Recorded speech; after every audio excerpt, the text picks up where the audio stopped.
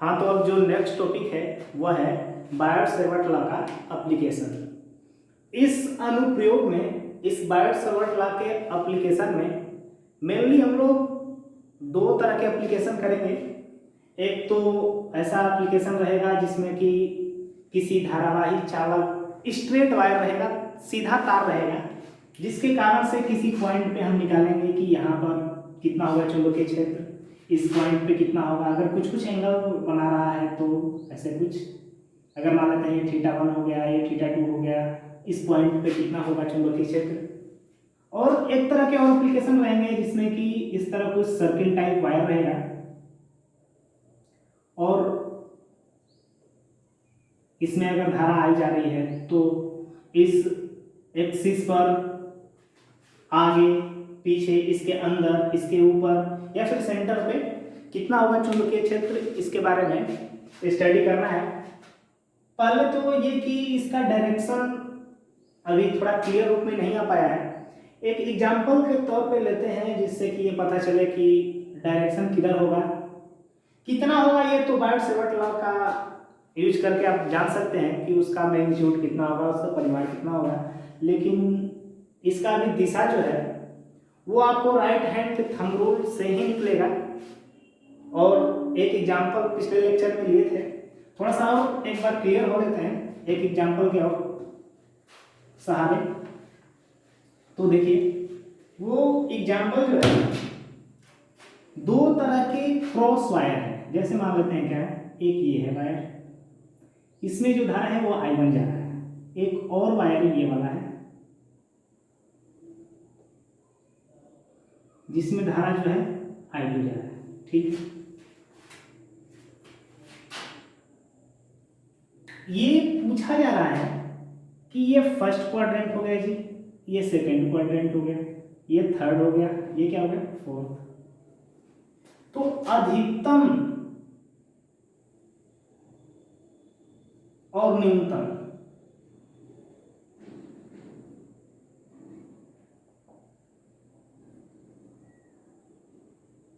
अधिकतम और न्यूनतम चुंबकीय क्षेत्र का चतुर्थांश ज्ञात करें। मतलब कि ये फर्स्ट क्वाड्रेंट हो गया, सेकंड हो गया, थर्ड हो गया, फोर्थ हो गया, ये चार चतुर्थांश हैं। इसमें ये बोला जा रहा है आपको कि किस चतुर्थांश में, किस क्वाड्रेंट में आपको मैक्सिमम मैग्नेटिक फील्ड होगा, किसमें मिनिमम होगा। तो सबसे पहले एक ही है मेरे पास rule, right hand thumb rule, जिसके सहायता से हम पता कर सकते हैं कि किसमें मैक्सिमम है, किसमें मिनिमम है। तो देखिए, सबसे पहले जिधर धारा जा रहा है उस दिशा में आप अंगूठे को रखिए। जैसे मान लीजिए कि ये वायर है, क्या है, ये वायर है, इस वायर को यहाँ पे रखिए। धारा किधर जा रहा है, इसमें तो धारा ऊपर जा रहा है, धारा ऊपर जा रहा है तो अंगूठे को ऊपर रखिए। ठीक है, इसके बाद अपने चारों फिंगर्स को कर्व कीजिए। किधर जा रहा है, अंदर जा रहा है। अंदर का डिनोटेशन पिछले क्लास में बताया था, क्या होता है, क्रॉस होता है। क्या होता है, क्रॉस होता है। किसके कारण है, VI1 के कारण है। अब सेकेंड क्वाड्रेंट में चलते हैं। I1 करंट के कारण सेकेंड क्वाड्रेंट में किधर होगा चुंबकीय क्षेत्र। तो सिंपल ऐसे करें, इसके बाद क्या करें, ऐसे करें, क्योंकि अब सेकेंड क्वाड्रेंट में तो ऊपर घूमना है। ऊपर का मतलब बाहर आ रहा है, बाहर का क्या होता है डिनोटेशन, डॉट होता है सर्किल में। ये क्या हो जाएगा VI1, क्योंकि ये I1 के कारण है।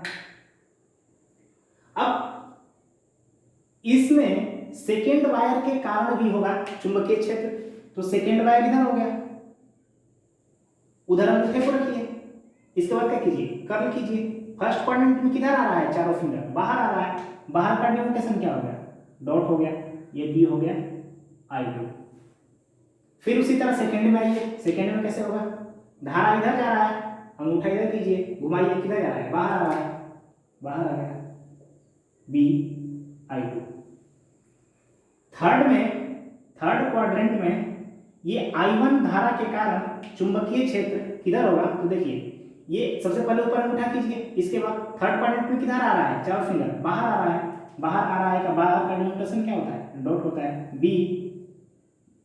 I1। अब I2 के कारण थर्ड क्वाड्रेंट में किधर जाएगा, I2 इधर हो गया, धारा इधर जा रहा है, कब कीजिए अंदर जा रहा है, अंदर का डिनोमिनेशन क्या हो जाएगा, क्रॉस BI2। इसमें उसी तरह फर्स्ट के कारण किधर जाएगा, अंदर, क्रॉस कर दीजिए अंदर BI1, और I2 के कारण किधर जाएगा, I2 के कारण भी अंदर जाएगा। तो इसका कोई फॉर्मूला नहीं है, ये जो है धीरे धीरे करते जाएंगे, क्वेश्चन के सहारे इसको सीखना होता है, और क्वेश्चन के सहारे सीख लेते हैं। तो सबसे ज्यादा ये देखिए कि जिधर अंदर ज्यादा, इसमें एक अंदर है एक बाहर है, मतलब एक का चुंबकीय क्षेत्र अंदर जा रहा है, एक का चुंबकीय क्षेत्र बाहर आ रहा है। तो जो कुल चुंबकीय क्षेत्र होगा वो एक डायरेक्शन में होगा, तो एक डायरेक्शन में होगा तो अलग अलग डायरेक्शन में दो चलने से ज्यादा बेटर है कि एक ही डायरेक्शन में दोनों चले। तो एक डायरेक्शन में कौन चल रहा है, एक ये चल रहा है और एक ये चल रहा है, तो अधिकतम किस में होगा, अधिकतम जो होगा, अधिकतम जो होगा वो किस में होगा, फर्स्ट और फोर्थ में। निम्नतम किस में होगा,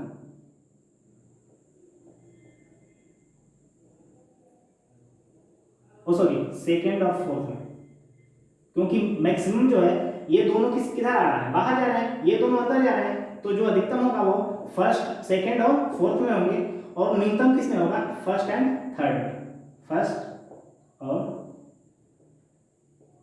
थर्ड में। ठीक है, तो ये डायरेक्शन का जो बात है उसको धीरे धीरे करते रहेंगे, क्वेश्चंस के सहारे सीखना होता है। क्वेश्चंस जो आएंगे अपने आप धीरे धीरे क्वेश्चन करते रिवाइज होते जाएगा, और ये डायरेक्शन इजीली रूप से पता कर लेते हैं। अब जो है हम चलते हैं एप्लीकेशन की ओर, इसको राइट कर लीजिए, लिख लीजिए।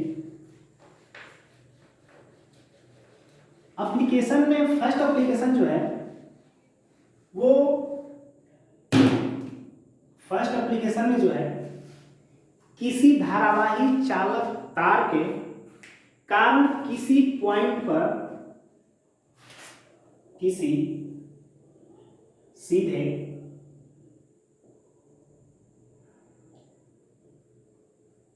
धारावाही चालक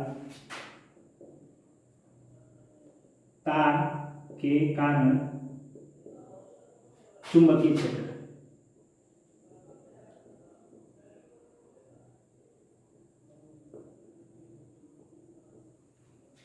तो सबसे पहले देखिए कि मान लेते हैं कि ये जो है चालक तार है और इसके कारण चुंबकीय क्षेत्र निकालना है। तो सपोज दैट मान लीजिए कि इसमें जो है धारा जो है जा रहा है, कितना आई जा रहा है, धारा जो है आई जा रहा है, और इस आई धारा के कारण किसी लेफ्ट हैंड पॉइंट या राइट हैंड पॉइंट पे जो है वो निकालना है क्या, मान लीजिए कि ये पॉइंट है P, इस पॉइंट पे हमको चुंबकीय क्षेत्र वगैरह निकालना है। तो सबसे पहले क्या करेंगे, देखिए सबसे पहले इस वाले पॉइंट को, ऊपर वाले पॉइंट को नीचे से इस P पॉइंट से मैच कराएंगे। इसके बाद ये वाला, मान लेते हैं कि ये वाला जो एंगल है φ1 हो रहा है, ये वाला एंगल जो है -φ2, क्योंकि अगर ये पॉजिटिव में है तो ये नीचे वाला एंगल किसमें रहेगा, नेगेटिव रहेगा। ठीक है, अब एक r डिस्टेंस, इसको तो कैपिटल R मान लेते हैं, क्योंकि r डिस्टेंस पर हमको क्या निकालना है, चुंबकीय क्षेत्र निकालना है, बोले तो BF पॉइंट P = 1। तो अगर एक करंट कैरिंग कंडक्टर है जिसमें धारा आई जा रहा है, ठीक है, एक स्मॉल r डिस्टेंस पर एक dl का छोटा सा स्ट्रिप लेते हैं। क्या लेते हैं, dl का छोटा सा स्ट्रिप लेते हैं। ये जो dl है इसमें भी करंट कितना जाएगा, I जाएगा, क्योंकि अगर यहाँ से I करंट चला है तो I जो है एक ही कंडक्टर है तो इससे I ही करंट पास करेगा। तो जितना इस पूरे वायर से पास करेगा dl, तो उसी वायर का पार्ट है। जब उसी वायर का dl पार्ट है तो इसमें धारा कितना जाएगा, I जाएगा। ठीक है, अब इस आर का इस से एंगल जो है फाई है, क्या है, फाई है।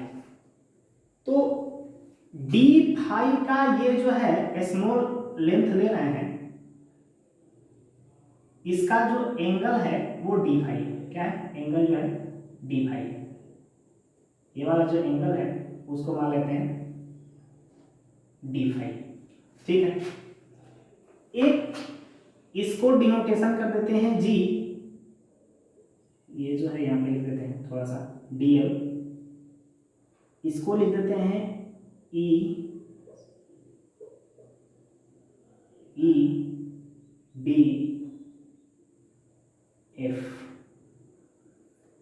एफ वाले पॉइंट पर इसको परपेंडिकुलर डालते हैं, जो कि ये पता चले कि ये जो इससे और डीएल और आर से जो एंगल है वो क्या है, थीटा है, क्या है, थीटा है। थोड़ा सा इस इक्वेशन को लाने में थोड़ा सा मशक्कत करना पड़ेगा, लेकिन ये इक्वेशन जब आ जाएगा तो एकदम स्टैंडर्ड इक्वेशन है, बिना पूछे बिना कुछ कहे हुए ये अपने आप वर्क करेगा, बस ये थीटा पता होना चाहिए। लेकिन थोड़ा सा लाने में परेशानी है, वो परेशानी कुछ नहीं है, कैलकुलेशन का परेशानी है, ठीक है। सबसे पहले ये देखते हैं किसी अल्पांश भाग डीएल का आर दूरी से चुंबकीय क्षेत्र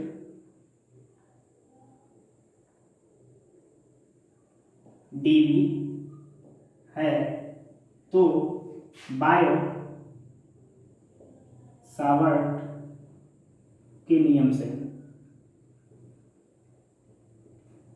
तो बायो सावर्ट का नियम क्या बोलता है, DV equal to mu not upon में 4 pi I D L sine theta upon में आर स्क्वायर, ठीक है। अब हमको आप ये बताइए कि थीटा किसके किसके बीच में एंगल रहता है, theta equal to D L और आर के बीच का कोण है,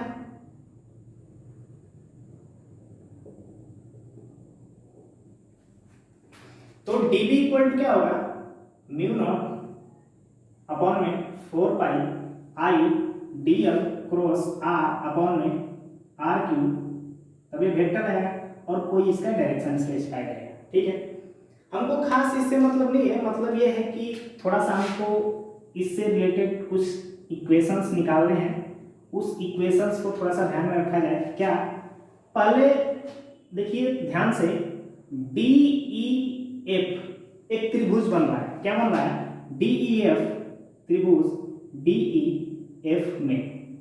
तो त्रिभुज डी ई एफ में अगर हम देखेंगे तो साइन थीटा इक्वल टू, सुनिए पहले इसको यहाँ पे ड्रॉ कीजिए, कैसा ये है त्रिभुज, देखिए ये हो गया इस तरह है, ये जो है 90 डिग्री है, ये जो है डीएल है, ये जो है ई एफ है, ये जो है थीटा है।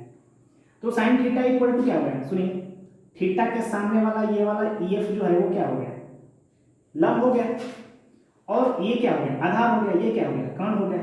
तो साइन थीटा इक्वल टू क्या होता है, लंब बटा कर्ण, तो लंब कितना है, ई एफ अपॉन में कर्ण कितना है, डीएल। तो E F equal to DL sine theta लिख सकते हैं, हाँ लिख सकते हैं, इसको इक्वेशन फर्स्ट मान लीजिए, ठीक है।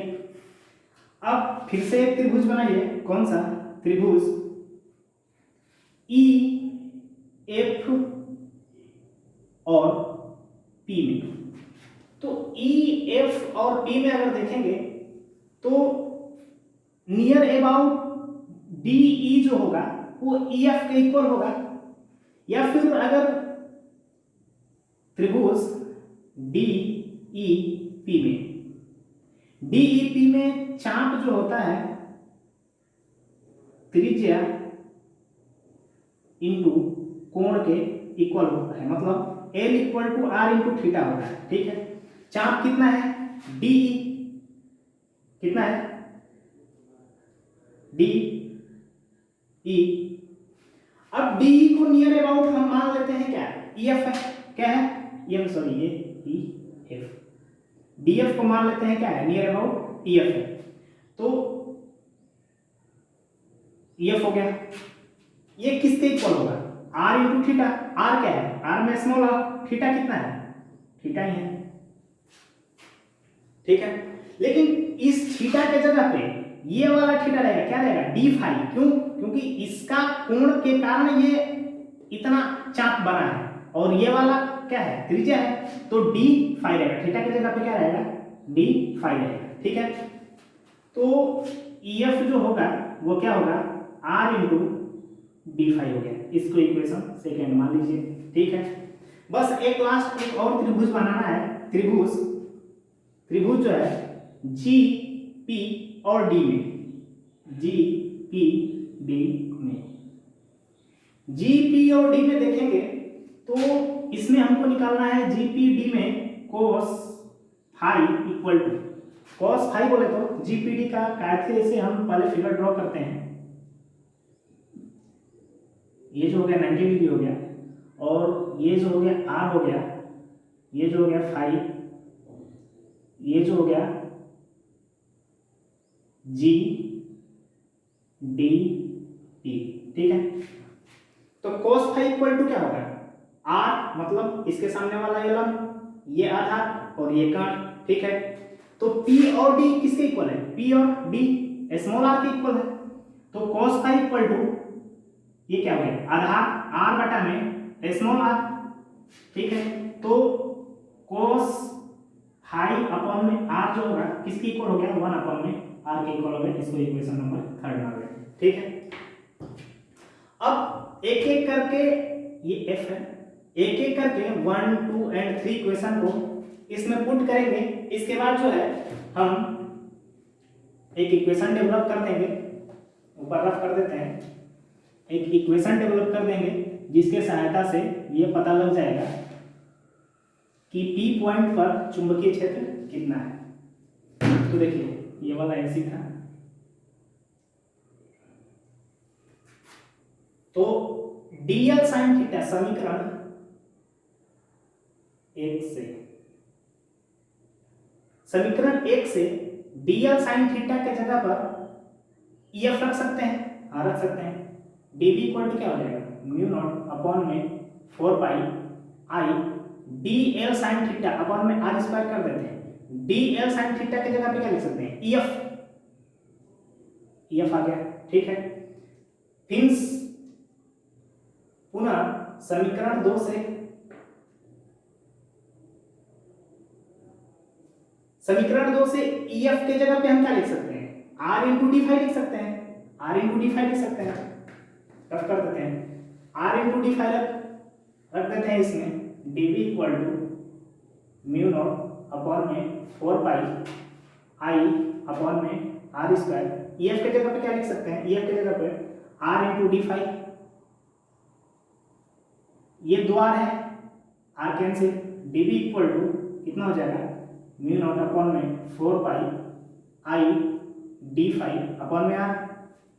अब देखिए ऐसे भी कर सकते हैं इसको, dV equal to mu not upon में 4 pi I into D phi into 1 upon में r। 1 अपॉन में r का इक्वेशन समीकरण 3 से रखिए, समीकरण 3 से dV equal to mu not upon में 4 पाई आई डी फाई और 1 अपॉन में r का वैल्यू कितना हो जाएगा, cos फाई अपॉन में r हो गया, ठीक है। तो dV जो हो जाएगा वो कितना हो जाएगा, म्यू नॉट आई अपॉन में 4 pi r cos phi D phi हो गया, रफ कर देते हैं इसको। अब जब cos फाई डी फाई आ गया तो इसका इंटीग्रेशन ये करेंगे कि यदि संपूर्ण तार के कारण चुंबकीय क्षेत्र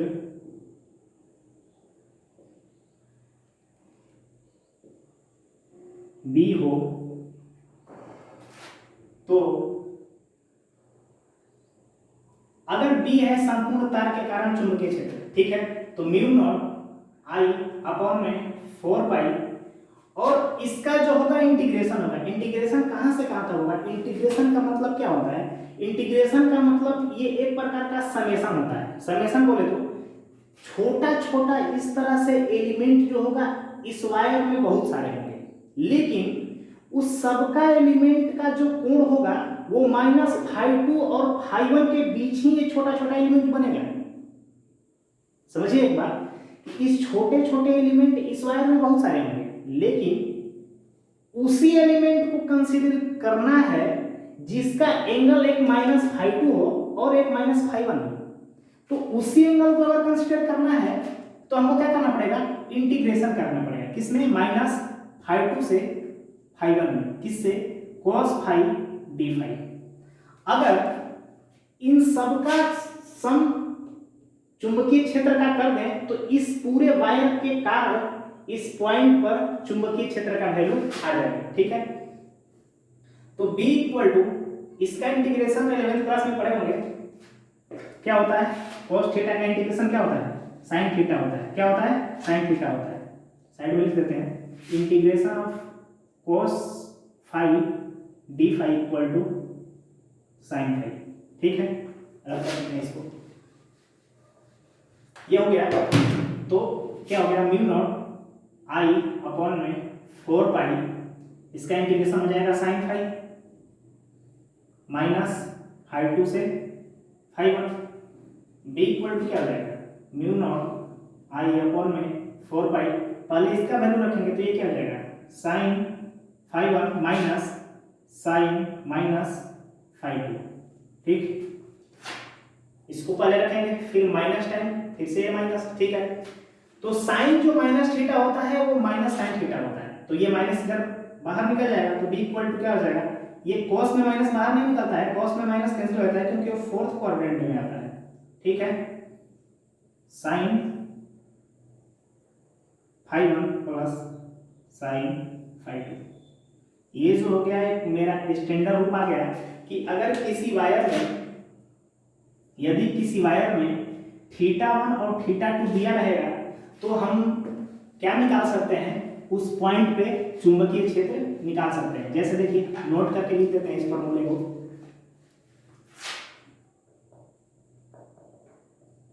यदि θ1 और θ2 इस प्रकार है, जैसे मान लीजिए ये वायर हो गया, ये पॉइंट Q हो गया, इसमें धारा I जा रहा है, ये हो गया θ1, ये हो गया θ2, ठीक है। तो इस Q पॉइंट पे B एट पॉइंट Q जो होगा वो हो गया क्या? म्यू नॉट I अपॉन में, ओ सॉरी ये R तो है, R तो है उसमें, म्यू नॉट I अपॉन में 4 pi R sine θ1 plus sine θ2, ठीक है। इस एंगल से अगर ट्रेस रहेगा, ये वाला एंगल, ये वाला डिस्टेंस जो है R है, तो B equal to mu naught I upon में 4 pi R sine θ1 plus sine θ2, ठीक है। इस एप्लीकेशन के सहायता से आप चुंबकीय क्षेत्र का वैल्यू निकालेंगे, और डायरेक्शन जो है वो डायरेक्शन उसी तरह राइट हैंड थंब रूल के सहायता से करेंगे। अगर ये वायर है, इसमें धारा जो है I जा रहा है, ये वायर है, अगर इसमें धारा I जा रहा है तो चुंबकीय क्षेत्र इस पॉइंट पर किधर होगा? तो सिंपल इस तरह करके अंदर करेंगे, चारों फिंगर्स को कर्व कीजिए, किधर जा रहा है? अंदर जा रहा है। अंदर जा रहा है का मतलब किधर होगा? अंदर क्यों होगा चुंबकीय क्षेत्र, ठीक है। तो आज इतना ही। अब जो आगे जो है इसका सेकेंड एप्लीकेशन है वो किसी सर्कुलर वायर के कारण होगा चुंबकीय क्षेत्र, तो ठीक है। थैंक यू, अगले लेक्चर में मिलते हैं।